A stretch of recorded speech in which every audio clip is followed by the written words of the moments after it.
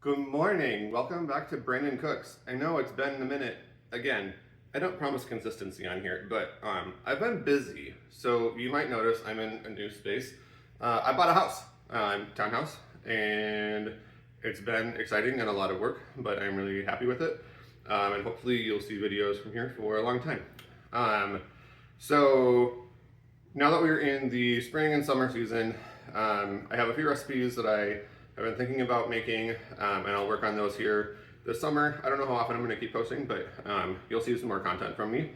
And today we're going to make something that I actually kind of came up with the recipe mostly on my own. It was kind of a recreation of something I had as a kid, and I just kind of pulled it together and it seemed to work. So we're going to make a lemon poppy seed poke cake.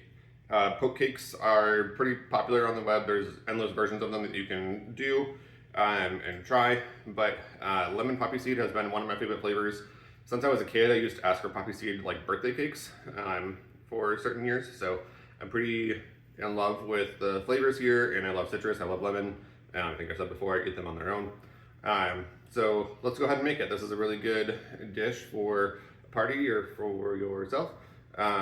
And it's really light and refreshing, and it's really good. So let's take a look at all the stuff that we need. You're going to need your yellow box cake mix. Brand doesn't matter. This is just what I got from the store.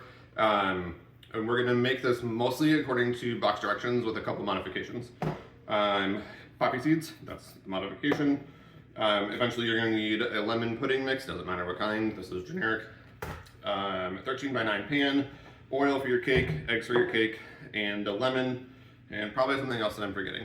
So we're going to start with zesting and juicing this lemon.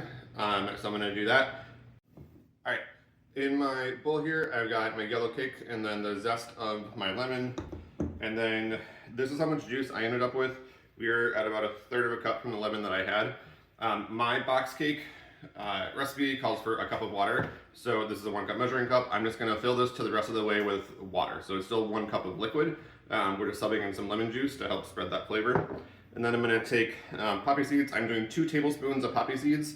I'm going to dump those in, and then along with the zest that's in here, I'm just going to whisk this so it gets all incorporated before I add the liquids. You'll see that the lemon zest kind of clumps a little bit in there. That's fine.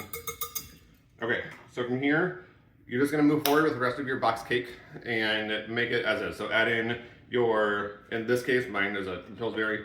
It's a cup of water liquid. In this case, half cup of oil and 3 eggs. Sometimes the box cake, I will pump it up a little bit by replacing the water with milk, the oil with butter, and add an extra egg. Because this is going to get pudding and a lot of extra moistness, whatever, in the cake, I'm not doing that because I don't think it needs it. But if you want to do that, go ahead. So go forth, make the rest of your cake, bake it in a greased 13 by 9 pan for whatever your box recommends or what your oven needs, and then let it cool, and then we'll come back once our cake is baked and cool. All right, we're back. So it's been several hours.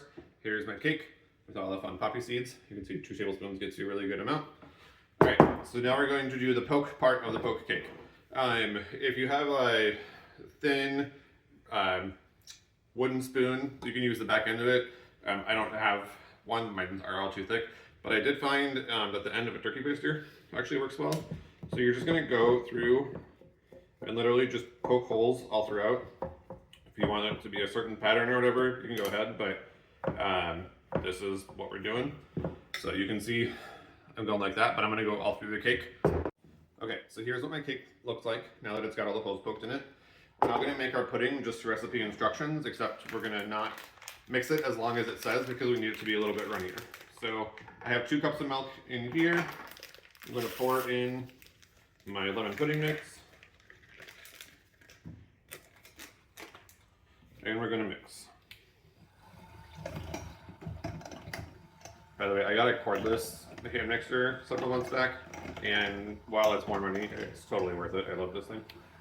In addition to my stand mixer, both have great purposes, but I love that there's an cord made away in this one to get in the way of this one. So we're going to mix this until it's mixed through, but I don't want it to get thick yet. I want it to be loose so that it'll sink down into all of the holes. And normally I think you're supposed to do this for about 2 minutes. I'm not gonna go that far. And I got pudding mix all over together. It's fine.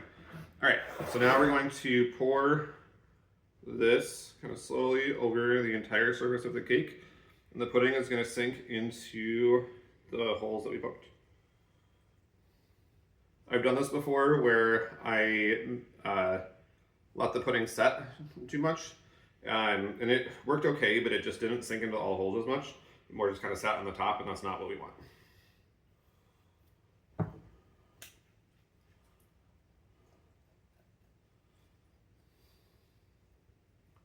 All right. So from here, if you've got extra on top, just make sure it's smoothed out. Mine's kind of pretty smooth and is into the corners. Here, go into the fridge and let it set for a couple hours. And then when it's done, we're just gonna top with Cool Whip.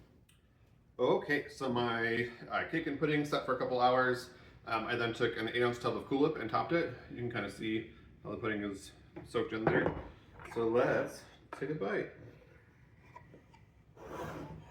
I always cut like smaller pieces because I like to believe that I'm a person who will, you know, eat less, but let's just be honest, that's not who I am. Okay. First piece is never as pretty, but that is not bad. All right, so you can kind of see in here where the pudding has infiltrated and just kind of helps keep it super moist. And let's give it a bite.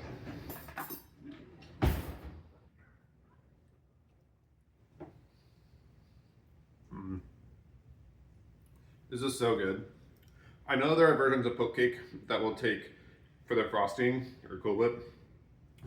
They'll make another batch of pudding and either put that on first by itself and then the Cool Whip, or they'll fold in the Cool Whip with pudding. I don't feel like this needs it. I really like how light the regular Cool Whip keeps it, but this is a super good spring summer dessert, super easy, and enjoy.